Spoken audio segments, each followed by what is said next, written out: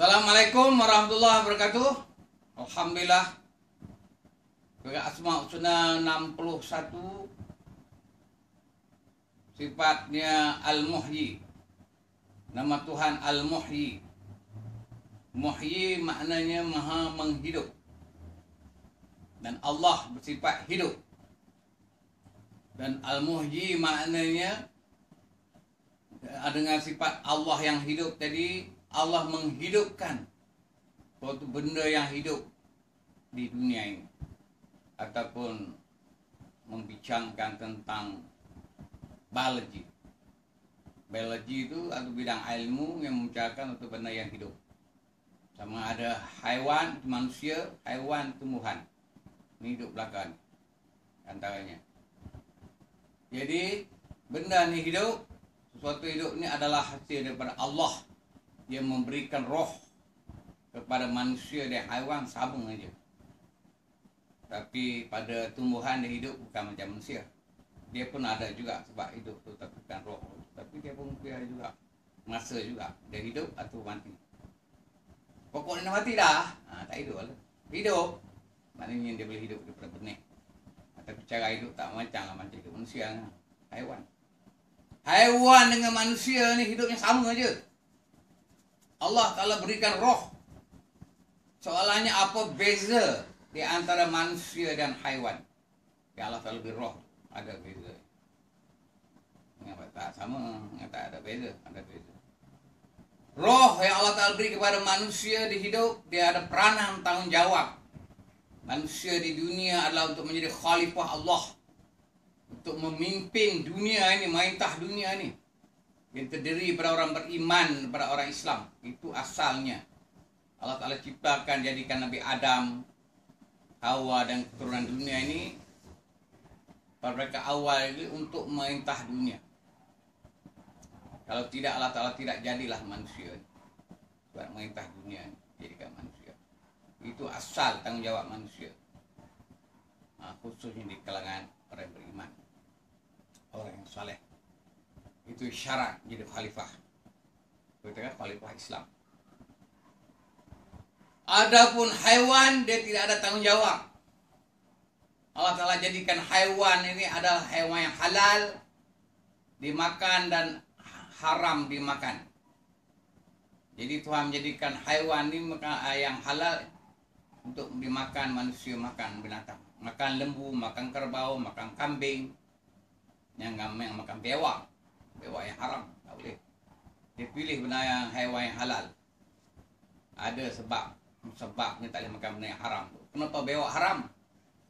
Kerana rangainya buruk. Ada pada bewak tu. Rangai jahat bewak ni.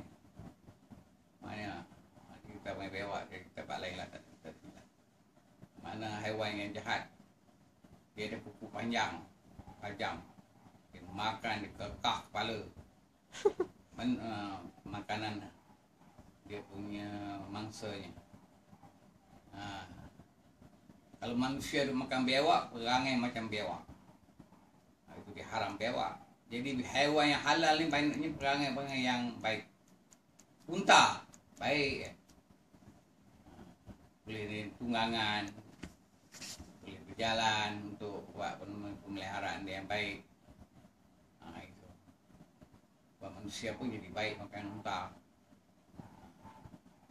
Lembu, baik. Tapi orang tak maulah. Macam burung, macam lembu orang kata. Memang baik tapi jadi lembu tak mau juga. Daging dia tu halal lah tapi kurangnya ikutlah. Terlalu kurang lembu. Kita tak tahu nak berfikir. Tak ada satu perasaan langsung. Itu lembu. Dia tak tahu. Orang beri umpan dia, beri makan dia. Makan pagi, petang, siang, malam. Akhirnya dikorbankan. Korban tu baguslah. Tapi dia tak fikir apa. Dia nak warna kebang pun dia holok tekok pergi. Dia orang tekak tu dia tak kata apa. Dia kata itu lembu. Tak mungkin kita mengelepok apa baik. Yang perangai bagus. Tapi manusia yang perangai macam lembu. Dia kena cerdik. Dan ada sifat cerdik. Jangan sampai diperbodohkan dengan orang lain. Itu cerita bari muhyi. Sifat manusia tu, Allah itu sifat al-muhyi, dan Allah menghidupkan manusia dan haiwan. Dan antara manusia dengan haiwan walaupun rohnya sama tapi ada berbeza. Tuhan jadikan manusia ni diberi akal, fikiran, dia boleh berfikir. Kalau manusia tak berfikir ni macam haiwan. Maknanya dia berfikir macam mana, aku ni orang nak tanjerat ke, nak apa ke, nak tahu, nak nanya ke, selesai ni, selesai ni. Maknanya manusia tu kena berfikir. Benda yang buat bahaya, mana dia tolak. Tahu dah orang tu nak mana macam-macam nak tekan kita, tak payahlah. Terfikir, ya, sirik. Saya kita melindung. Itu manusia yang ada akal fikiran yang merancang buat sesuatu. Haiwan, tikus. Tikus pun nampak sirik juga, cucu-cucu lari cepat.